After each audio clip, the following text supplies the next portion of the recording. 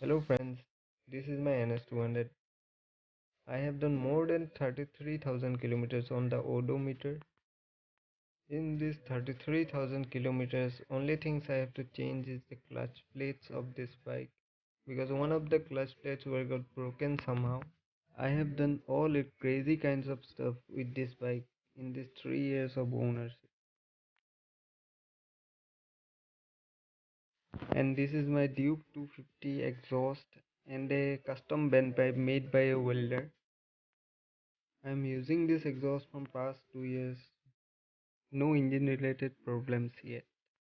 I have a all LED setup in my bike from headlight, parking lights, indicators, backlights. Everything is LED.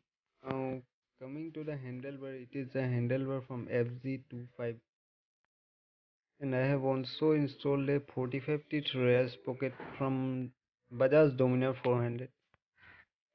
Now listen to the sound of the exhaust.